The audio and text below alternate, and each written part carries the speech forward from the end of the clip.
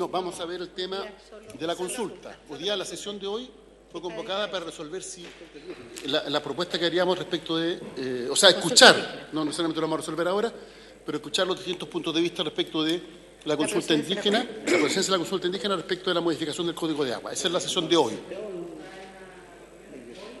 Perfecto. ¿Cuenta, secretaria? No hay cuenta, señor presidente. Hacemos pasar a los invitados. Sí, no va a ser.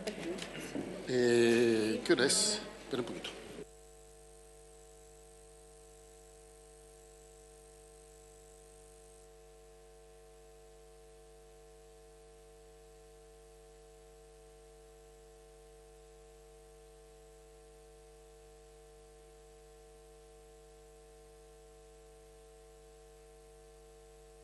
Hacemos pasar a los invitados. ¿Qué pasa? Sí, y le damos la palabra a Jimena, que va a dar cuenta de una minuta respecto a la consulta indígena. Buenas, bienvenido. Son todos de juntas de vigilancia, de importantes que eran Y ahora como estoy en sesión. Estoy empezando a sesionar.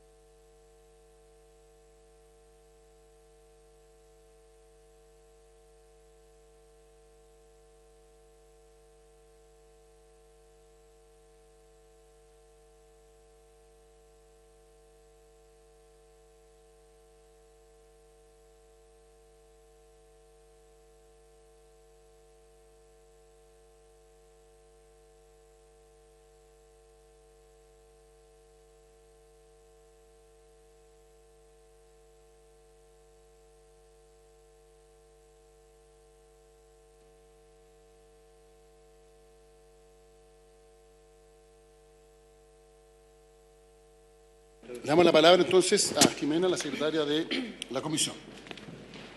Gracias, señor presidente. Esta es una minuta respecto a la consulta indígena y cómo ha sido un poco el contexto y la historia. De conformidad entonces con el convenio 169 de la Organización Internacional del Trabajo sobre Pueblos Indígenas y Tribales Independientes, que entró en vigencia el 15 de septiembre del 2009, el Estado de Chile tiene el deber de consultar a los pueblos interesados cada vez que se prevean medidas legislativas o administrativas susceptibles de afectarles directamente a través de sus instituciones representativas y mediante procedimientos apropiados con el objeto de llegar a un acuerdo o de lograr el consentimiento acerca de las medidas propuestas. De acuerdo con el citado artículo 6, los gobiernos son los encargados de hacer la consulta. Sin embargo, el Tribunal Constitucional ha señalado que las normas de los artículos 6 y 7, donde se establece la obligación de la consulta, por su carácter autoejecutable en lo que respecta a la tramitación de leyes que han modificado tácitamente la Ley Orgánica del Congreso Nacional y que resulta obligatoria a las comisiones legislativas llevar a cabo consultas que hasta la fecha eran puramente facultativas. En este mismo sentido, el relator especial de Naciones Unidas para Asuntos Indígenas señala que el Congreso podría optar por establecer procedimientos especiales de consulta que funcionarían a través de sus comisiones existentes, asegurando la participación efectiva de representantes de organizaciones y pueblos indígenas. En este marco, los proyectos de ley que contengan materia susceptible de afectar directamente a estos pueblos deben ser consultados por el Poder Ejecutivo cuando se trate de iniciativa originada en mensaje del Presidente de la República y por el Poder Legislativo en caso de mociones de origen parlamentario cuando, no obstante tratarse un mensaje, el Poder Ejecutivo no ha realizado la consulta debiendo hacerlo en opinión del Congreso. Cabe precisar que el Tribunal Constitucional en diversos fallos se ha pronunciado sobre la materia y ha señalado que el derecho a la consulta de los pueblos indígenas, si bien fue calificado como una norma autoejecutable, ello debe conciliarse con la modalidad abierta con que están redactados en general las normas de los tratados internacionales, lo que posibilita diversas interpretaciones de aplicación en el derecho interno de los parámetros conceptuales que ellas contienen. Este margen de discrecionalidad sobre la oportunidad y materia de consulta puede ser perfectamente delimitado por la experiencia, guías y buenas prácticas que la OIT ha acumulado a lo largo de los años de vigencia del convenio. A su vez, ha establecido que es el legislador quien debe definir las autoridades u organismos representativos de las etnias originarias con derecho a participar en la consulta, oportunidad y forma de participación en los procesos legislativos pertinentes de modo libre, informado y no coaccionado, además de fijar el procedimiento y que solo en esas condiciones el tribunal estará en condiciones de controlar si efectivamente se han creado condiciones de participación igualitaria para los pueblos indígenas que equilibren sus oportunidades y propendan a un desarrollo equitativo, franqueado en especial, un especial derecho de consulta y participación operativa. Por otra parte, cabe recordar que durante la tramitación de este proyecto que modifica el Código de Aguas en la Cámara de Diputados se planteó la pertinencia de la consulta por diversos señores parlamentarios y el subsecretario de Servicios Sociales de la época, señor Juan Eduardo Faúndez, expresó que para el proyecto que modifica el Código de Aguas se trata de una consulta nacional, lo que plantea un gran desafío y un costo estimado de 650 millones de pesos y un proceso que duraría aproximadamente 6 meses. Por su parte, el entonces director de la Dirección de Aguas, señor Carlos Esteves, afirmó que el MOP analizó detenidamente el convenio 169 y llegó a la conclusión que existen 3 órdenes de materias vinculadas con el Código de Aguas que requieren consulta previa a las comunidades, a saber, la transferencia y gravamen de derecho a aprovechamientos destinados a usos ancestrales que procede solo entre comunidades, la regularización de derechos de agua en territorios indígenas y la exención del pago de patentes por no uso del agua en beneficio de los indígenas y comunidades indígenas. También el señor Esteves destacó que cuando el Ejecutivo elaboró la indicación sustitutiva del 2014, en el entonces gobierno de la presidenta Bachelet, revisó lo establecido en el convenio 169 y su reglamento, y es claro que la consulta procede de las indicaciones sustitutivas, aun cuando éstas recaigan en una moción parlamentaria y no en un proyecto de ley como es el caso. En síntesis, señala que los 3 aspectos reseñados son los que la Dirección General de Aguas consultó al Ministerio de Desarrollo Social y respecto a los cuales dicha cartera declaró la pertinencia de la consulta. Lo anterior, cabe tenerlo presente con lo señalado por el actual subsecretario de Servicios Sociales, quien, según oficio de respuesta del 8 de enero del presente año, dirigió a la señora presidenta de la Comisión, senadora Aravena, expresó que esta subsecretaría no tiene competencia para emitir un pronunciamiento acerca de la procedencia y realizar un proceso de consulta indígena respecto al proyecto que modifica el Código de Aguas, por cuanto este fue iniciado vía moción. Ahora bien, una vez que la comisión determine si procede o no procede la consulta indígena, y en caso de pronunciarse a favor de la consulta, había que señalar los criterios para determinar cuáles disposiciones del proyecto deben consultarse. Estos serían 3, a juicio de la Secretaría y también en opinión de lo que hemos conversado con la biblioteca. Uno sería que la idea matriz del proyecto es la regulación del recurso de agua conforme al estándar internacional. La tierra indígena comprende el territorio, lo que incluye la totalidad del hábitat que ocupa o utiliza de alguna manera. En ese sentido, la legislación sobre recursos naturales podría afectarlos de modo especial. Por ello, en atención a la buena fe que inspira este proceso de consulta, debiera consultarse todo el proyecto. Eso sería uno. El segundo criterio es, al modificar la regulación aplicable al recurso de agua, podría afectar a los pueblos indígenas en relación con su derecho a participar en la utilización, administración y conservación de los recursos naturales existentes en sus territorios. Por ello, habría que consultar las disposiciones que se refieren al acceso, regulación de uso, administración y conservación del recurso. Y finalmente, el tercer criterio sería consultar solo aquellas disposiciones que se refieran explícitamente a los pueblos indígenas. Eso sería, señor presidente. Muchas gracias. Sobre esto, se me hace la palabra. Yo quería hacer un par de comentarios, perdón. Está claro que esta sesión ha sido convocada para que nosotros resolvamos si procede o no la consulta y, en caso que finalmente decidiéramos que proceda la consulta, cuáles son las materias que deben ser consultadas. Ahora, obviamente que hay un criterio dispar en relación a la respuesta que dio el subsecretario de Servicios Sociales, señalando que por ser esta una moción parlamentaria, no tenía competencia ellos para pronunciarse respecto a la consulta. No obstante, respecto a este proyecto de ley, ha habido 2 indicaciones sustitutivas del Ejecutivo, una presentada por la presidenta Bachelet y otra presentada por el presidente Sebastián Piñera. Por tanto, obviamente que el Ejecutivo tiene un rol importante en esta materia, porque no solo han sido indicaciones al proyecto, sino que indicaciones que lo que pretenden es reemplazar el proyecto original, ambas. y por tanto, en mi modesto parecer, sí procedería que la subsecretaría se hubiera pronunciado sobre este aspecto. Pero bueno, es algo que vamos a tener que resolver nosotros acá dentro de la comisión. Tenemos varios invitados, que son los siguientes. Bueno, está por el Ministerio de Agricultura está el asesor señor Andrés Meneses, por el Ministerio de Obras Públicas está el director general de Aguas, señor Oscar Cristi, por el Ministerio de Desarrollo Social y Familia, el encargado de Asuntos Indígenas, el señor Andrés Cortés Díaz, bienvenido, y el jefe jurídico de la Unidad de Asuntos Indígenas, señor Hans Weber, bienvenido. Por la Corporación Nacional de Desarrollo Indígena, CONADI, el profesional, señor Fernando Sáenz, bienvenido. A los dos primeros les di la bienvenida porque son parte de la comisión, así que para que no se malinterpreten mis palabras. Participan además permanentemente en la tramitación de este proyecto. Por el Instituto Nacional de Derechos Humanos, los abogados Rodrigo Bustos y Natalia Lavé. ¿Cómo está? Bienvenido. Por la Biblioteca del Congreso Nacional, el analista señor Matías Mesa. ¿Cómo está? Bienvenido. Y el director general de Agua, el exdirector general de Agua, señor Carlos Esteves. También bienvenido. Se han excusado el ministro de Agricultura, el ministro de Obras Públicas y el ministro de Desarrollo Social, y también se excusó la señora Consuelo Contreras del Instituto Nacional de Derechos Humanos. Entonces, daríamos la palabra a los distintos invitados para efecto que nos den a conocer su punto de vista y sobre esa base poder ir nosotros formándonos una convicción al respecto. Partimos, no sé, por el orden de los invitados, no sé si los representantes del ministro de Agricultura o del ministro de Obras Públicas quieren hacer uso de la palabra sobre este tema. No, por el momento. No sé si Oscar Cristi quiere hacer uso de la palabra. Tampoco. Bueno, entonces le damos la palabra a los representantes del Ministerio de Desarrollo Social y Familia.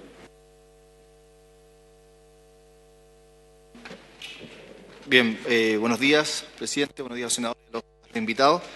Para poder guiar una pequeña la conversación, hemos preparado una pequeña presentación. La primera parte ya está descrita algunas partes respecto a la minuta que se leyó, entonces vamos a ir rápido, pero es importante tener un contexto general normativo para entender cuál fue el pronunciamiento y el porqué desde la Subsecretaría de Servicios Sociales, ¿cierto? Hans, adelante. Dale. Bueno, como bien saben, el convenio 169 entró en vigencia hace 30 años, hace pocos días se cumplieron los 30 años de la adopción, ¿cierto? Entra en vigor en el 91, en Chile ratificado recién el año 2008 y un año después entra en vigencia. ¿Por qué es importante tener estas dos fechas a la vista? Porque el propio convenio establece que los propios estados deberán adecuar su normativa interna para poder aplicar dicho convenio. Adelante. El convenio 169, sin duda, ¿cierto?, representa un avance en materia de políticas públicas, en materia indígena, donde se refiere a diferentes temas, reconocimiento, ¿cierto?, define pueblos indígenas, territorio, el derecho a fortalecer su identidad, lengua y territorio, pero lo que se ha llamado la piedra angular, ¿cierto?, por la propia OIT, es el derecho a la consulta y participación indígena. ¿Qué se establece sobre la consulta y participación? Artículo 6 del convenio, que fue leído también, pero es importante establecer que los gobiernos deberán consultar a los pueblos interesados mediante procedimientos apropiados a través de instituciones representativas cada vez que se prevean medidas legislativas o administrativas susceptibles de afectar directamente, ¿cierto? Las consultas se deberán efectuar de buena fe, de manera apropiada a las circunstancias y con la finalidad de llegar a acuerdo o lograr el consentimiento. Como vemos, conceptos que son amplios y que es difícil poder llevarlos a la práctica y por eso que el propio convenio establece la necesidad de adecuar la normativa interna. En un comienzo, cuando recién entra en vigencia, se establece el Decreto Supremo 124 por la expresidenta Bachelet, el cual era bastante polémico porque no había sido consultado a las organizaciones indígenas. Es por eso que en el primer gobierno del presidente Sebastián Piñera se lleva a cabo lo que se llamó la consulta de la consulta. ¿Qué quiere decir esto? Se llevó a consulta a los 9 pueblos indígenas el reglamento que podrá establecer cuáles son las definiciones de estos conceptos que de repente quedan un poco amplios en el propio convenio, como es procedimiento apropiado, ¿cierto?, las instituciones representativas, definir lo que es una medida administrativa, definir lo que es una medida legislativa y los principios que guían la consulta. Es importante recalcar que este decreto supremo es el que establece para el Ejecutivo cómo se desarrollan los procesos de consulta y cómo entendemos, ¿cierto?, estos conceptos para el desarrollo de estos. Entra en vigencia en el año 2014. Y aquí hay 3 conceptos que están dentro del decreto 66 y en el convenio que es importante poder subrayarlos y entenderlos. Primero es el principio de buena fe, que se establece como el principio rector del proceso de consulta, un principio de buena fe que es exigible para ambas partes, ¿cierto?, para el órgano responsable de la medida, pero también se establece para los pueblos indígenas en el desarrollo del proceso, sin presiones, de manera transparente, generando las condiciones para el diálogo. Eso es muy importante, generar las condiciones precisas para el diálogo. Luego el procedimiento apropiado, es decir, un procedimiento que cuente con etapas, que vaya cumpliendo con cada una de los elementos sustantivos para el desarrollo del proceso. Y acá hay un elemento central, el carácter previo de la consulta. Es decir, la consulta se entiende como en el momento antes de la dictación de la medida, antes de, en el caso del Ejecutivo, de un mensaje presidencial o la dictación de alguna medida administrativa en particular, antes. La consulta se hace, por ejemplo, para un mensaje presidencial, antes del ingreso, obviamente, al Congreso. Se desarrolla un proceso que en la práctica hoy dura 6-7 meses, según lo que establece el decreto 66. Medidas a ser consultadas. Se define la medida legislativa y la medida administrativa. Perdón. Pero es que es importante aclarar, antes de que ingrese al Senado, que no es lo mismo que cuando salga. Lo que tú estás planteando... El carácter previo, es decir, por ejemplo... Claro. El mensaje, pero el mensaje de emoción. El mensaje. Entonces, yo estoy hablando, o sea, el ámbito de nuestra competencia es del decreto 66 que opera para el Ejecutivo.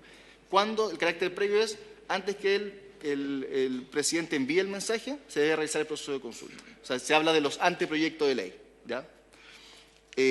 Las dos definiciones, medida legislativa y administrativa, me quiero sentar sobre todo en la legislativa, que es la que tiene el caso, ¿cierto? Se entiende por medidas legislativas los anteproyectos de ley y anteproyecto de reforma constitucional, ambos iniciados por el presidente de la República o parte de esto que afecten a los pueblos indígenas, ¿ya? Eso es lo que se entiende o está definido por medida legislativa en el decreto 66. Y otro aspecto también, necesitamos tener una medida legislativa, pero también necesitamos que esta medida legislativa tenga afectación directa para cuando el cruce de estos dos exista, se genera la necesidad de un proceso de consulta. Y será necesario realizar un proceso de consulta respecto a aquellas medidas que producen un impacto significativo y específico sobre los pueblos indígenas en su calidad de tales, afectando el ejercicio de sus tradiciones, costumbres ancestrales, prácticas religiosas, culturales, espirituales o relación con sus tierras indígenas. O sea, cuando tenemos una medida legislativa y tenemos afectación directa, cuando ambos elementos se cruzan, tenemos lo que se dice procede un proceso de consulta indígena de acuerdo a lo que está establecido en el Decreto Supremo 66. ¿Cómo se hace este análisis? Este análisis es el órgano responsable de la medida. Vamos a poner un ejemplo X. Por ejemplo, el Ministerio de Obras Públicas tiene una medida administrativa o legislativa que afecta a los pueblos indígenas. Existe medida y hace un oficio de procedencia a la Subsecretaría de Servicios Sociales, el cual hace un examen con los antecedentes que entrega el órgano responsable. Se le piden antecedentes extra a la Corporación Nacional de Desarrollo Indígena, como son comunidades, tierra indígena, sitios de significación cultural, etcétera. Se hace este análisis por parte de la unidad que dirijo y el subsecretario es finalmente el que efectúa. Si es que procede la consulta, el órgano responsable diseña el proceso y convoca y genera. Y si no, hasta ahí queda de cierta forma el procedimiento. Es importante establecer, antes de pasar a lo siguiente, que un proceso de consulta indígena, de acuerdo a lo establecido en el Decreto Supremo 66, consta de 5 etapas. Una primera, una etapa 00, podríamos decir que es la convocatoria, cuando se convoca abiertamente a todos los pueblos indígenas. En el caso del Decreto 66 establece algunos mínimos, es decir, cartas certificadas a todas las asociaciones y comunidades inscritas en CONADI, 2 publicaciones en medios de circulación nacional, publicación en sitio web, etcétera. Además, se hace una serie de otros elementos de convocatoria, como son frases radiales, folletería, afiches, puerta a puerta, etcétera. ¿Para qué? Para citar a la primera reunión de planificación, ya en la primera etapa de consulta. La primera etapa de planificación, ¿qué es lo que dice? Es que en conjunto con los pueblos indígenas se debe acordar la metodología. De cierta forma, nosotros proponemos una metodología de 5 etapas, ciertas fechas, etcétera. Se llega a acuerdo, se entrega una información preliminar de la medida a consultar y luego se definen los llamados intervinientes. Es decir, desde los pueblos indígenas, las diferentes localidades, pueblos, como se establezca la consulta, se eligen los intervinientes. Una vez cumplidos esos 3 objetivos, pasamos a la etapa de información, donde el órgano responsable de la medida tiene la obligación de entregar toda la información de la medida a consultar, de la manera que se estableció, no solo el documento, sino también la manera que se estableció la etapa de planificación. Una vez terminada esa etapa de información, procede lo que se llama la deliberación interna, un espacio propio de los pueblos indígenas, con apoyo logístico, podríamos decir, del Estado, un lugar, asesores técnicos, etcétera, para que ellos, a partir de la información, tomen una postura, hagan una contrapropuesta, y una vez finalizada esa etapa de autoconvocatoria, de deliberación interna con una contrapropuesta, se llega al diálogo, es decir, donde el órgano responsable de medida con los representantes de los pueblos indígenas tratan de llegar a acuerdos. Y una vez finalizado eso, se establece la sistematización y la comunicación de los resultados. Esas son las 5 etapas del proceso de consulta. Ahora, sobre la procedencia en particular que se nos preguntó por parte de esta comisión, nosotros recibimos, ¿cierto?, el 13 de noviembre el oficio por parte de esta comisión solicitando el informe de procedencia a la reforma del Código de Aguas, y el día 8 de enero nosotros contestamos, el subsecretario de Servicios Sociales, estableciendo que el Decreto Supremo 66 establece las reglas de procedimiento, el cual deben someterse los órganos pertenecientes a la Administración del Estado cada vez que se prevean medidas legislativas o administrativas susceptibles de afectarles directamente. Respecto a las medidas legislativas, se refiere solo y exclusivamente a las iniciadas de mensaje del Presidente de la República. Ese es nuestro ámbito de competencia. Bien, por ende, nosotros en el proyecto de ley de reforma del Código de Aguas, ¿cierto?, boletín 7543-12, ingresó vía moción parlamentaria al Congreso Nacional con fecha 17 de marzo del 2011. Se indicó entonces por parte de la Subsecretaría de Servicios Sociales que no tiene competencia para emitir este pronunciamiento acerca de los proyectos de reforma del Código de Agua, por cuanto fue iniciativa vía moción parlamentaria. Solamente agregar para finalizar que, como bien decía la minuta, que esto no excede, el convenio establece que los gobiernos deberán, y la interpretación del propio convenio de la OIT es que los gobiernos habla sobre los diferentes poderes, que en el caso que se proceda a una consulta indígena, hoy el Congreso no cuenta con un mecanismo, un reglamento que establezca la consulta indígena, y también es importante entender el carácter previo, es decir, la consulta debiese hacer antes del ingreso de las mociones parlamentarias un proceso de consulta indígena, pero hoy debe atender a un reglamento establecido y, en el caso que fue el decreto 66, consultado también con los 9 pueblos indígenas. Muchas gracias, presidente. Ahora la verdad. Para ir como ordenando, ya tú hiciste una cronología, la respuesta la tenemos. En el supuesto que efectivamente esta comisión, este Congreso decidiera hacer una consulta, tendría que primero elaborar un reglamento de consulta, ¿sí?, que no tenemos, porque el reglamento está vinculado al Ministerio de Desarrollo Social. Este sería un reglamento que habría que elaborar. Para eso habría que tener presupuesto para eso. Luego de tener reglamento tendríamos que, o sea, una vez que tuviéramos reglamento, que tiene 2 situaciones, uno presupuesto y otro tiempo, después habría que aplicarlo. Nuevamente el Senado tendría que financiar, dado que es el organismo mandante, la consulta. O sea, esas son la situación real, práctica, para efectos de quienes hoy día nos escuchan, es que de una u otra manera, si el Senado decide hacer consulta, requiere, digamos, presupuesto primero para el reglamento, presupuesto después para la aplicación de la consulta, y elaborar un reglamento que permita cumplir con el 161, que dice que debe haber un reglamento y que además debe ser socializado con los dirigentes, ¿cierto?, indígenas que efectivamente estén de acuerdo con ese reglamento en primera instancia, y luego las otras 5 etapas o 6 o las que nosotros coloquemos en un reglamento que tendríamos que elaborar. ¿Sí? ¿Es más o menos eso lo que estoy entendiendo de lo que usted me está exponiendo? Presidente y senadora, como para ponerlo en el contexto, el decreto 66 que rige para el Ejecutivo. Es decir, lo que yo he relatado es de exclusiva, de cierta forma, ámbito de acción para los órganos del Estado. Ahora, si el Congreso debiese realizar un proceso de consulta, es algo que le cabe un análisis al Congreso. Ahora, la forma de hacer es que debe generar una normativa interna para poder generar un proceso de consulta, donde defina lo que está definido en el decreto 66 para el propio Ejecutivo, como es qué va a entender por una medida legislativa, qué va a entender por una medida administrativa, qué se entiende por un procedimiento apropiado, etcétera. Entonces, es un resorte por parte del Congreso a definir. Y adicionalmente, obviamente, el financiamiento del proceso de consulta es el órgano responsable. Le contesto haciendo lo que pasa en el Ejecutivo. Por más que el mandato del Desarrollo Social es implementar el Convenio 169, si hay una medida administrativa o legislativa que le cae a Agricultura, le cae al MOP, le cae a Educación, es el Ministerio que es responsable de medida, es quien ejecuta el proceso y también lo financia. siendo todos los recursos públicos y de manera transparente la información, ¿usted nos podría informar más o menos cuánto, o si alguna de las personas que está representando al Ministerio significa en financiamiento la consulta que hoy día estamos trabajando, ¿cierto?, de la ley indígena que se está aplicando en todo el país? ¿Cuánto tiene de costo para el Estado? Porque es el costo que tendría que asumir el Senado.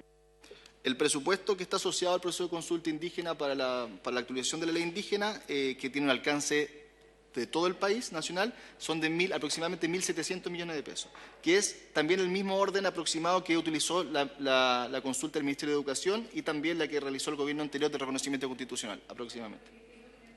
De este Senado, si se adopta esa medida. Muchas gracias.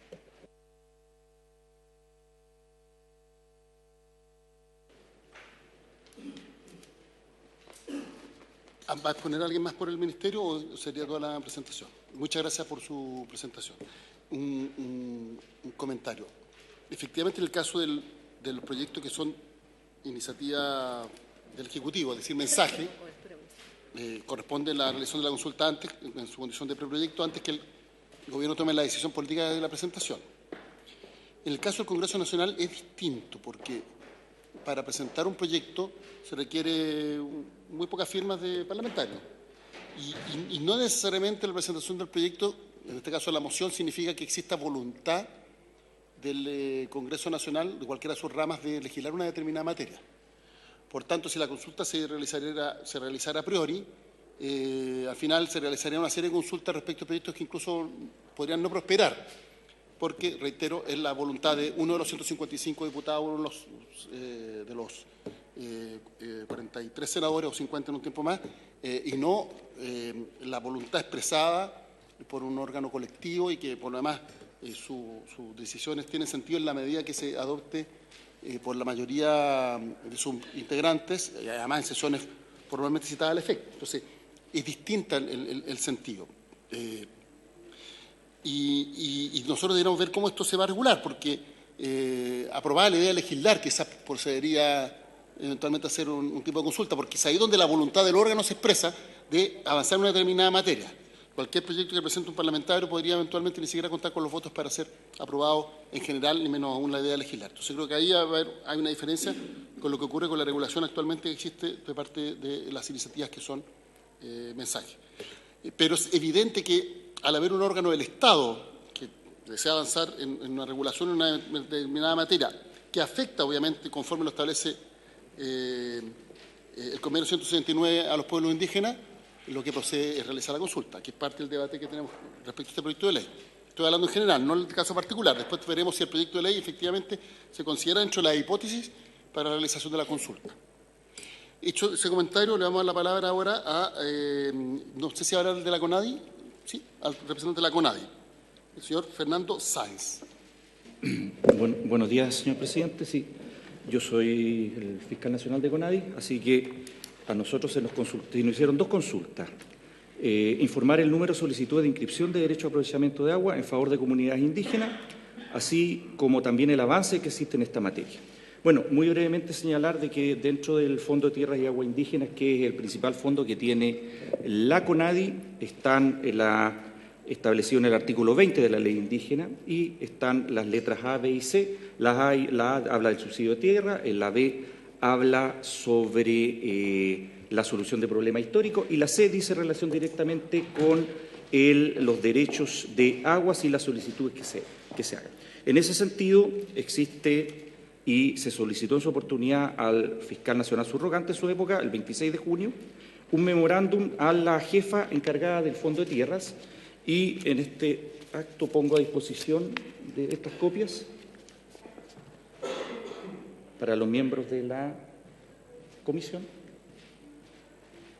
en la cual, muy brevemente, primero se explica en qué consiste el fondo establecido en la letra 20, letra C, cuál es su finalidad, cuál es la forma de funcionamiento, que es un fondo concursable, y en qué consiste la regularización de los derechos de agua. Y en la segunda página habla de información histórica del programa, ya que este es un programa que está desde el año creado desde el año 95 en adelante, y habla de la información histórica del programa, que es un fondo concursable con una inversión total de 6.325 millones, se ha subsidiado la compra de 3.028,8 litros por segundo en beneficio de familias, comunidades y parte de comunidades de las regiones de Tarapacá, Antofagasta, Biobío y la Araucanía. Y aquí se entrega un cuadro en la cual señala lo que las familias beneficiadas, primero en la Subdirección Nacional Iquique, que eso comprende la zona norte del país, estamos hablando de las regiones de Arica, Parinacota, Iquique, Antofagasta y Copiapó, que habla de que en total se han beneficiado 142 familias y con un total de 39 litros por segundo. Después, dentro de eso, está la Oficina de Asuntos Indígenas de San Pedro de Atacama, en la cual, por un monto de 3.988 millones de pesos, se han beneficiado 464 familias con un caudal de 235 litros por segundo. Después está la Dirección Regional de Cañete, con un total de 98 familias con un caudal de 150 litros por segundo. Y, por último, está la Subdirección Nacional Temuco, que eso comprende tanto las regiones de Biobío, la Araucanía, los ríos y los lagos, y con un total de 1.239 millones que ha beneficiado a 851 familias con un caudal adquirido de 2.605 litros por segundo. Esto está dentro del componente de los fondos concursables. Y por último se señala que en el departamento se tiene un registro de 2.382 expedientes de solicitud de derecho a aprovechamiento de agua tramitados entre los años 95 al 2018, tanto en las regiones de Arica, Tarapacá, Antofagasta, Atacama, Valparaíso, Biobío, Araucanía, los ríos y los lagos, con un caudal total solicitado de 28.199,8 litros por segundo. Como resultado del proceso se resolvieron favorablemente 1.148 solicitudes, concediéndose 5.964 litros por segundo y queda pendiente la resolución de 390 solicitudes. Este oficio es de el 26 de junio del año 2019, de la semana pasada, así que se encuentra bastante actualizado en la información que nosotros manejamos, a pesar de que obviamente pueden haber algunos datos que no se consideren, como bien lo señala el propio memo, porque estamos hablando que es un programa desde el año 95 y mucha de la información no se encuentra digitalizada, sino que a través de sistema antiguo o a través de papel. Así que en ese sentido, esa es la información que nosotros podemos dar como CONADI a la primera pregunta que se nos hizo en cuanto a los derechos de aprovechamiento de agua solicitados en favor de las comunidades indígenas. Y en cuanto a la segunda consulta que se nos hizo, bueno, ser muy breve, aquí ya don Andrés Cortés explicó cómo funcionaba el decreto 66, cuál es la función que tiene especialmente la Subsecretaría de Servicios Sociales, y cuál es la función de la Corporación Nacional de Desarrollo Indígena, la cual yo soy el fiscal nacional y que está bien delimitado por lo que establece el artículo 14 de dicha ley, en la cual la función de la CONADI es una función coordinadora.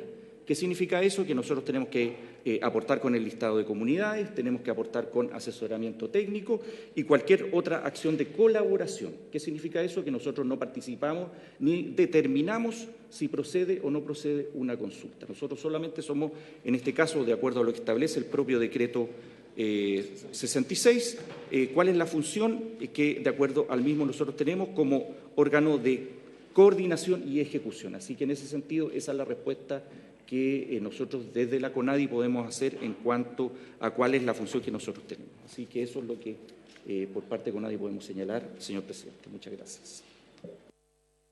¿Hacer alguna comentario o pregunta? Bueno, pasamos entonces al representante del Instituto Nacional de Derechos Humanos, Rodrigo Bustos y Natalia Lavé. Tienen la palabra.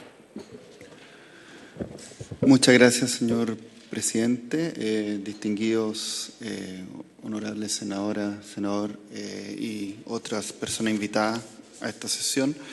Junto a mi colega Natalia Lavé vamos a exponer sobre el punto. Primero, reiterar las excusas de la directora del Instituto Nacional de Derechos Humanos, Consuelo Contreras. Hoy es el último día en que ella está como directora y tiene una serie de actividades, incluida la última sesión del Consejo, por lo tanto no podía estar presente. nos vamos a referir a la cuestión consultada. Lo primero, eso sí, que quería también informar a esta comisión, me encargó el Consejo que informara que está trabajando y analizando un informe sobre, en general, el proyecto de reforma al Código de Agua y será enviado también a la brevedad. Aparte de eso, considerando el tema en particular sobre la consulta, yo me referiré a algunas cuestiones generales sobre la regulación de la consulta y la pertinencia o no de hacerla en relación a mociones legislativas, y después dejaré la palabra a mi colega para que se refiera a alguna disposición en particular del Código de Agua, de la reforma al Código de Agua. Lo primero que hay que señalar es que el artículo 6 del convenio 169 de la OIT señala expresamente que los gobiernos deberán consultar. Y por lo tanto una interpretación literal podría llevarnos a entender que solamente son los gobiernos los que tienen que realizar este deber de consulta y no otros poderes del Estado. Pues bien, desde el Instituto Nacional de Derechos Humanos no compartimos esa interpretación meramente literal. Hay que decir que hay varios argumentos para no compartirlas.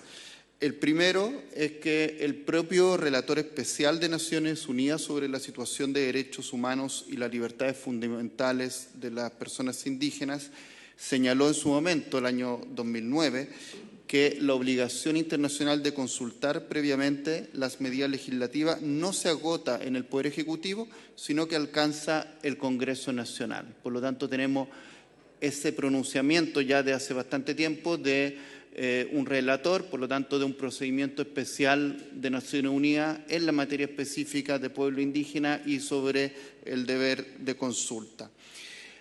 En segundo términos, internamente, el Tribunal Constitucional ha tenido sentencias relevantes sobre la materia, una el año 2003, justamente pronunciándose sobre el convenio y su vinculación con la ley orgánica del Congreso, pero es especialmente en el año 2013 cuando el Tribunal Constitucional expresamente recuerda al Congreso, comillas, la necesidad de que no se dilate por parte del Congreso Nacional regular apropiadamente este procedimiento de consulta, reconociendo así que existe la obligación y requiere de un procedimiento distinto al de las audiencias de las comisiones legislativas.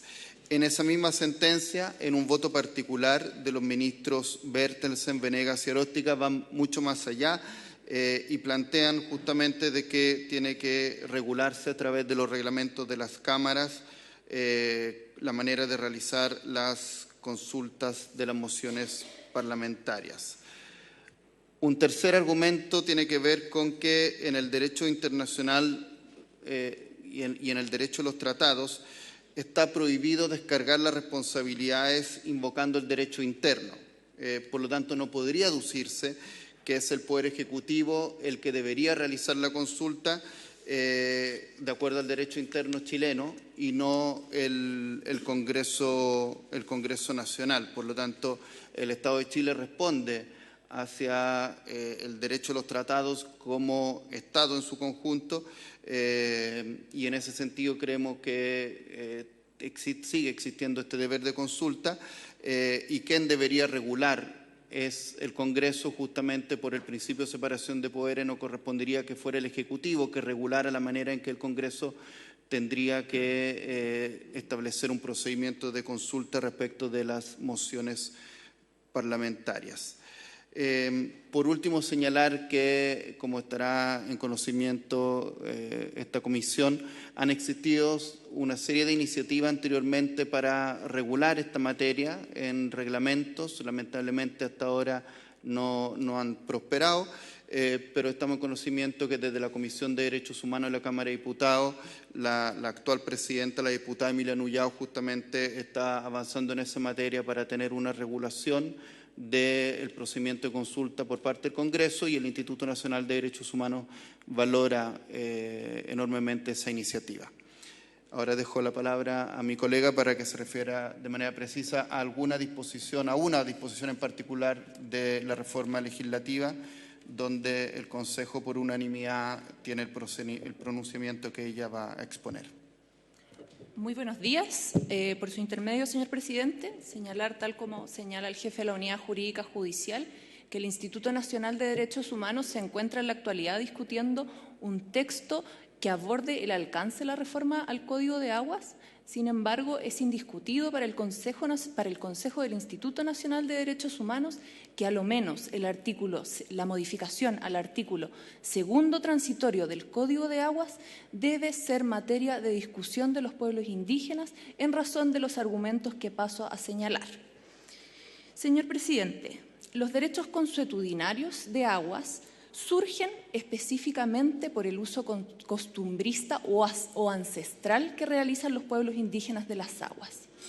Esto se encuentra reconocido en nuestra legislación, así lo señala el artículo 7º del Decreto Ley 2603 y también se encuentra reconocido en la Constitución Política de la República en el artículo 24, número 19, inciso final. Además, el artículo segundo transitorio vigente del Código de Aguas señala cuál es el procedimiento vigente para regular estos usos consuetudinarios o costumbristas de los pueblos indígenas. Sin embargo, cabe señalar que este artículo, el segundo transitorio, solo reconoce un derecho que los pueblos indígenas ya están usando y gozando, que es el derecho a utilizar sus recursos naturales. Ahora, esta es solamente una formalización de un título, no es un derecho en sí, no es la constitución de un derecho, es un reconocimiento. En tal sentido, en la actualidad, el Código vigente reconoce un procedimiento mixto de regularización de derechos. Esto, cabe señalar, es bastante costoso y con una extensa tramitación. Y cuando me refiero a una tramitación mixta, me refiero a una tramitación primero ante la Dirección General de Aguas y, en segundo lugar, ante el juzgado civil competente. Sin embargo, el día de hoy, este procedimiento es un procedimiento voluntario, no obligatorio y también no contempla un plazo para regularizarse. Es decir, el único requisito que existe hoy a través del segundo transitorio es que se cumplan los requisitos formales del procedimiento. Es decir, en primer lugar, que el ejercicio de este derecho se debe haber estado produciendo a la fecha de entrada en vigencia del Código de Aguas, esto es, al 29 de octubre del año 1981. En segundo lugar, que se haya cumplido a lo menos 5 años de uso ininterrumpido de este derecho, de este uso efectivo del agua, y en tercer lugar, que este uso se haya efectuado libre de clandestinidad o de violencia y sin reconocer dominio ajeno. Ahora, es necesario señalar en relación al procedimiento que este reconocimiento estatal a los usos ancestrales tiene una doble fase y, como señalaba, en la práctica significa un procedimiento extremadamente costoso que, a raíz de su especificidad técnica, requiere a lo menos asistencia jurídica, es decir, patrocinio de abogado. Hoy, en su primera etapa administrativa ante la Dirección General de Aguas, el solicitante requiere, a saber, 1, la identificación del nombre, del alveo o cauce de las aguas. En segundo lugar, la cantidad de agua expresada en metros cúbicos por segundo o en litros por segundo. En tercer lugar, el o los puntos donde se captará el agua. Esta información además debe estar georreferenciada. Además, se requiere indicar la forma o el modo en que esta persona o estos pueblos realizarán la captación de las aguas, es decir, de manera gravitacional o de manera mecánica. Además, requiere que se identifique si el derecho es consuntivo, no consuntivo, de ejercicio permanente, eventual, continuo o discontinuo, o alternado con otras personas. Finalmente, si la solicitud recae en un derecho o uso no consuetudinario, además se deberá indicar cuál será el punto de restitución de estas aguas. Posteriormente a esta tramitación, el solicitante deberá realizar 3 publicaciones en el diario oficial, en el diario de circulación local y además en el diario regional o en el diario provincial. Esta es recién la primera fase de la regularización. Luego de esto, la Dirección General de Aguas deberá enviar todos estos antecedentes al juzgado con competencia civil, quien, entre otras cosas, tendrá a la vista las oposiciones de terceros, que, como ustedes comprenderán, en un contexto de escasez hídrica y de cambio climático, no son pocas. Con posterioridad a este procedimiento, es obligatorio la inscripción en el Catastro Público de Aguas y en el Conservador de Bienes Raíces. Con lo expuesto, esta comisión podrá entender que el procedimiento es largo y costoso y que hoy, siendo un procedimiento facultativo y sin asociación de plazo, el proyecto que modifica el artículo 2 transitorio establece, primero, una obligación de plazo, es decir, el artículo 4 transitorio, que viene a modificar esta disposición, señala específicamente: dentro del plazo máximo de 2 años desde la entrada en vigencia de esta ley, todos los usuarios de aguas susceptibles de regularización de conformidad a lo dispuesto en el artículo 1, 2 y 5 transitorio del Decreto con fuerza de ley 1122 de 1981, el Código de Aguas, que no tengan sus derechos de aprovechamiento de aguas inscrito en el registro de propiedad de aguas del conservador de bienes raíces correspondientes, deberán iniciar los trámites señalados en la presente ley para lograr dicha inscripción.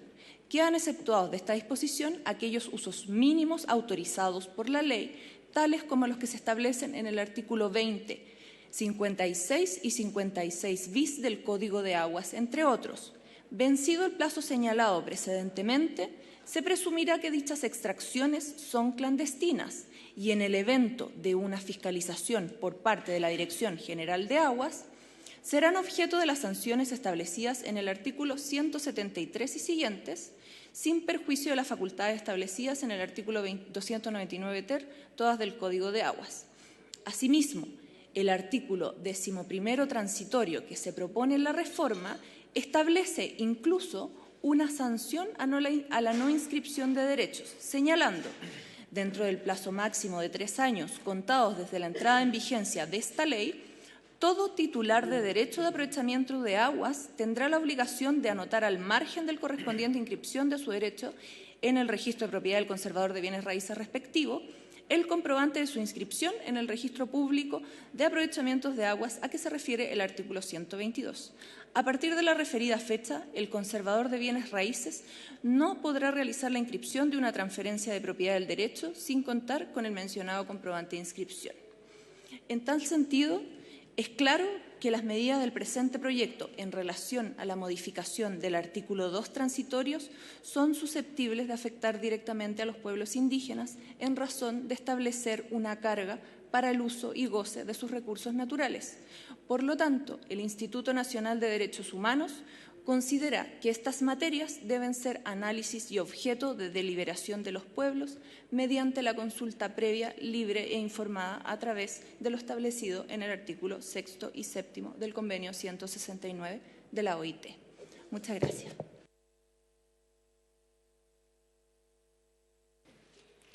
Le damos la palabra entonces al analista de la Biblioteca del Congreso Nacional, señor Matías Mesa. Muchas gracias, señor presidente. Por su intermedio, saludo a las senadoras y senadores presentes y a todas las demás personas que están participando de esta sesión. En esta ocasión voy a hacer presentación del informe que la Biblioteca elaboró a petición de esta comisión y que fue entregado en el mes de mayo. Básicamente, el informe está estructurado, la primera diapositiva, por favor, Carlos. Está estructurado, tiene 3 partes, ¿no? Lo primero, voy a entregar una visión general acerca de qué es lo que es la consulta previa. Una visión general acerca de qué es lo que es la consulta previa, porque muchas veces se entiende que la consulta previa básicamente se enfoca desde el punto de vista procedimental, ¿no? Y lo que pretendo es entregar un poco más elementos de contexto para comprender qué significa desde el punto de vista del derecho internacional y para el ordenamiento jurídico chileno, ¿no? Cuáles son los fundamentos, desde dónde viene la consulta previa y qué es lo que busca realizar, de manera que podamos comprender de mejor manera el alcance de esta institución. Después, íbamos a revisar especialmente dos elementos que son muy importantes. Uno es la afectación directa, el concepto de susceptibilidad de afectación directa, que siempre está en el corazón, ¿no?, de la discusión acerca de si procede o no procede la consulta previa. Y luego vamos a enfocarnos particularmente en la afectación directa en relación a los recursos naturales, ¿no?, como es el caso del agua, que es lo que en este momento está estudiando esta comisión. Luego vamos a revisar este estándar aplicado a las medidas legislativas. Advierto que estas dos primeras partes se enfocan o embeben del derecho internacional de los derechos humanos. Ese va a ser el estándar que yo voy a describir. No voy a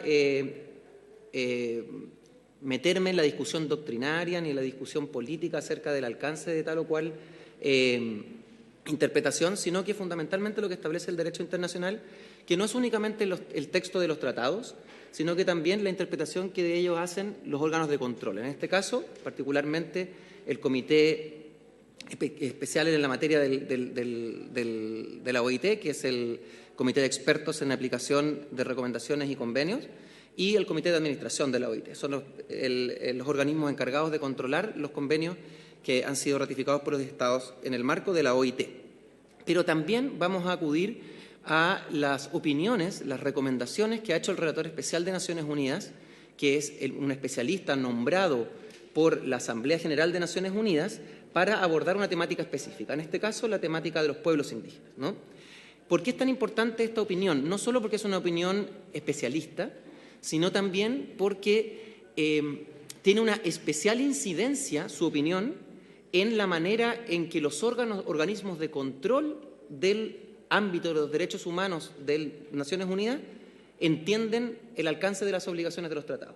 Para ponerlo en términos más simples y más concretos, las opiniones que emitió el Relator Especial de Naciones Unidas, James Anaya, respecto de la cuestión de la consulta en Chile, fueron recogidas prácticamente en forma íntegra por la Corte Interamericana de Derechos Humanos en el caso Sarayaku con Ecuador del año 2012. Por lo tanto, desde un punto de vista, por así decirlo, pragmático, es muy relevante lo que dice el relator, porque termina por configurar, ¿no es cierto?, la obligación internacional frente, en este caso, a una Corte Internacional.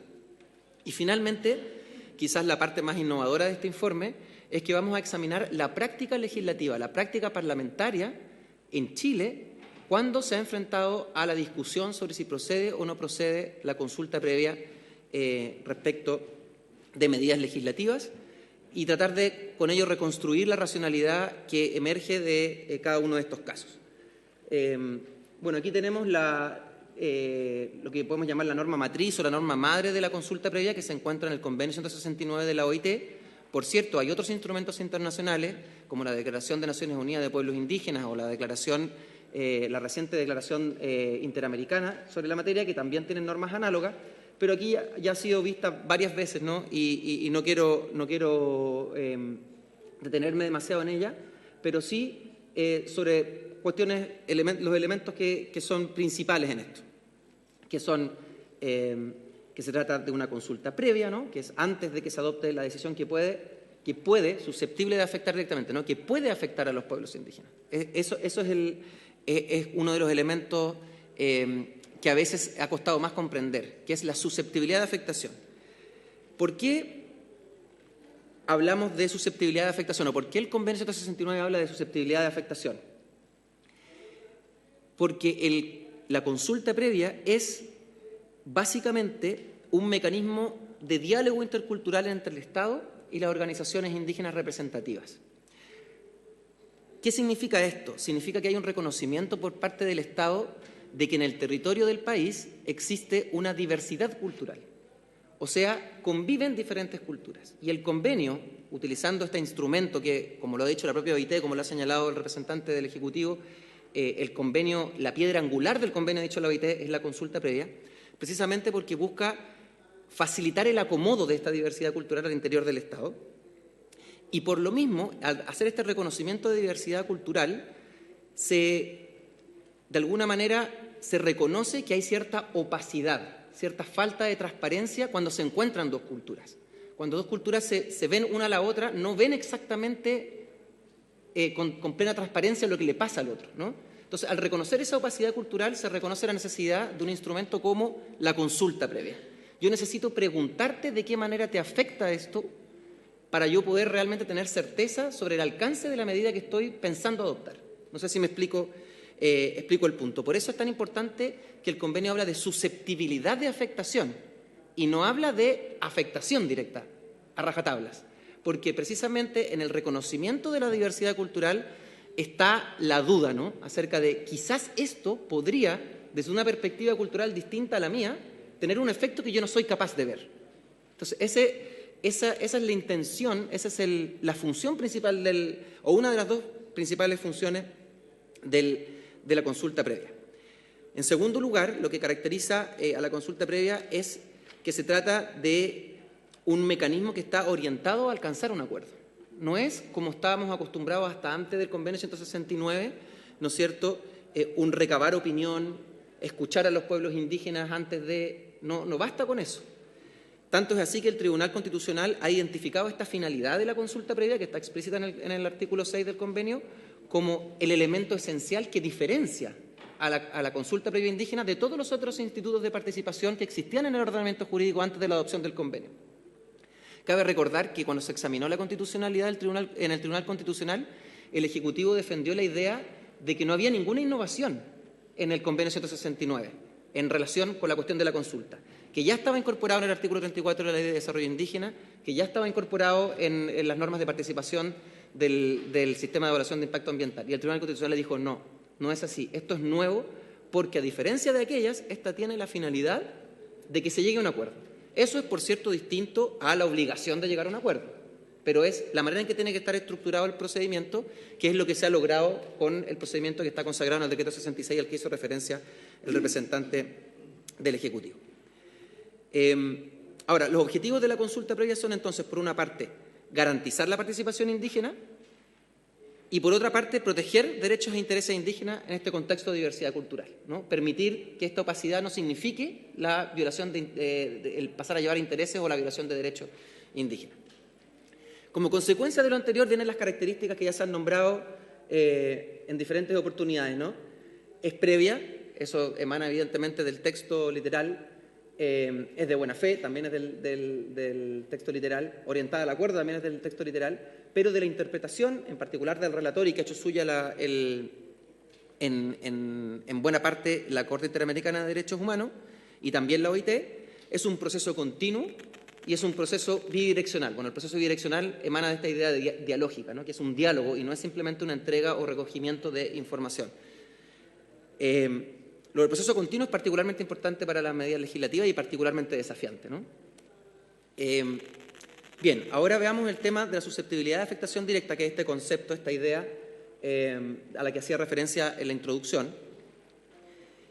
Por una parte, se ha señalado que es una afectación eventual, ¿no? Es lo que le señalé, es algo que es una posible afectación, no es la certeza de que va a haber una afectación, porque si tuviésemos una certeza de afectación no sería necesaria la consulta. Si sabemos que se va a afectar y cómo se va a afectar, ¿para qué vamos a consultar? Tomamos la decisión con lo que estamos viendo. Eso lo ha reconocido, bueno, lo ha hecho explícitamente el relator, también lo ha dicho algunos ministros en votos minoritarios en el Tribunal Constitucional, particularmente la sentencia del UPOV 91 y buena parte de la doctrina internacionalista en nuestro país. Ahora, por contraposición, el decreto 66, al menos desde el punto de vista literal, no parece recoger esta idea de susceptibilidad directa, de afectación directa, ¿no?, porque utiliza el concepto de causa directa de un impacto, ¿no?, que parece ser algo distinto a la eventualidad de una afectación, y eso es parte de la crítica que se ha hecho desde el mundo indígena a el decreto 66, que, como bien se ha señalado, no vincula a este poder del Estado. Luego viene la cuestión de la afectación directa y específica, ¿no? El relator ha dicho, mire, se trata de una afectación directa porque indirectamente todo afecta a los pueblos indígenas, ¿no? Entonces tenemos que fijarnos en aquellas cosas que, para decirlo en términos negativos, no son una afectación remota, sino que el impacto inmediato de la medida es sobre los pueblos indígenas. Y lo segundo, que es central también, es que se trata de una afectación específica. Y aquí hay que aclarar, porque así lo ha aclarado el relator especial, que no se debe confundir la especificidad de la afectación, o sea, que es una afectación no que lo impacta en tanto habitante de la República, del territorio de la República, sino que lo impacta en tanto habitante de la República indígena, ¿no? Eso es la especificidad de afectación, que tiene un efecto que puede que a los chilenos también los afecte, por ejemplo, la modificación del Código de Aguas, pero si los indígenas tienen una relación particular con el agua, si tienen usos especiales del agua, etcétera, etcétera, etcétera, entonces es una afectación específica. Y por eso el relator ha dicho, no debe confundirse con exclusividad de afectación, que eso es lo que ha sucedido en varias oportunidades, como vamos a ver, que se dice es una afectación general para toda la población, no hay una regla especial dirigida a pueblos indígenas, por lo tanto no debe consultarse. El relator ha sido explícito en esta materia. Pasemos a la siguiente. Aquí tenemos una cita, ¿no? Donde el relator dice, la consulta se aplica incluso a medidas legislativas de aplicación general, por ejemplo, con respecto a una nueva ley de pesca o de fomento forestal, cuando dichas medidas de algún modo afecten de manera diferenciada a los pueblos indígenas dadas sus condiciones y derechos específicos, ¿no? Aquí está concretamente las palabras del relator señalando lo que he tratado de explicar, ¿no? Que el hecho de que sea una ley o un proyecto de ley de alcance general no significa a priori que no deba ser consultado. El examen tiene que ser más agudo, ¿no? En la medida en que puedas implicar una forma de afectación diferenciada a los pueblos indígenas. Y ahora el siguiente elemento, antes de entrar a la parte de análisis de cómo se ha comportado o cómo ha entendido el Parlamento esta obligación, Carlos, por favor. La cuestión de los recursos naturales y la afectación directa. Aquí hay que tener presente dos cuestiones básicas. Uno, que tierras indígenas, bueno, parece que se saltó ahí. ¿Puedes volver? Ahí. Tierras indígenas en el derecho internacional, y particularmente en el Convenio 169, es algo distinto a las tierras que están en el Conservador de Bienes Raíces y en el registro de CONADI, delimitadas como tierras indígenas. Eso está establecido en el artículo 13.2, que establece que, respecto al artículo 15 y 16, ya vamos a ver lo que dice el artículo 15, se entiende tierras como los territorios que cubre la totalidad del hábitat que los pueblos utilizan de alguna manera, ¿no? Es un concepto mucho más holístico, mucho más complejo, mucho más abarcativo que la idea civil, ¿cierto?, del Código Civil de propiedad sobre la tierra, ¿no? Esto tiene como consecuencia el reconocimiento sobre los recursos naturales que hay en el territorio, ¿no? Eso es lo que dice el artículo 15, al que hacía referencia el artículo anterior, donde se reconocen los derechos de los pueblos indígenas a sus recursos naturales existentes en sus tierras, en las tierras entendidas en este sentido de hábitat, ¿no? En este sentido amplio de que tierras que utilicen de alguna manera, no necesariamente que estén inscritas a su nombre en el conservador o en el registro de CONADI. Estos derechos comprenden el derecho de estos pueblos a participar en la utilización, administración, conservación de dichos recursos. Finalmente, un pequeño comentario sobre medidas favorables. El artículo 4, esta es una disposición que se ha analizado poco en el derecho internacional de los derechos humanos. Habla de que estas medidas favorables no deben ser contrarias a los deseos libremente expresados por los pueblos indígenas, ¿no? Y esto pareciera un estándar distinto al de consulta previa, ¿no? Francamente no está muy desarrollado. Hay una autora que es Raquel Irigoyen que habla de que esto significa que se convierte en un derecho veto, ¿no? Una exigencia de consentimiento cuando se trata de medidas favorables. Ahora, vamos a ver aquí qué ha pasado con las medidas favorables en la práctica legislativa chilena, porque hay diferentes tipos de soluciones. Ahora, en la práctica misma es muy difícil distinguir como tajantemente una medida favorable de una medida que no es considerada favorable por todos. O sea, en general las medidas son siempre ambivalentes, son producto de negociaciones, entonces así como a rajatabla una medida favorable es difícil de encontrar, ¿no? Quizás la única excepción sea, por ejemplo, el reconocimiento, ¿no? Por ejemplo, el caso del pueblo tribal afrodescendiente chileno, claramente es una medida favorable y vamos a ver cómo se resolvió.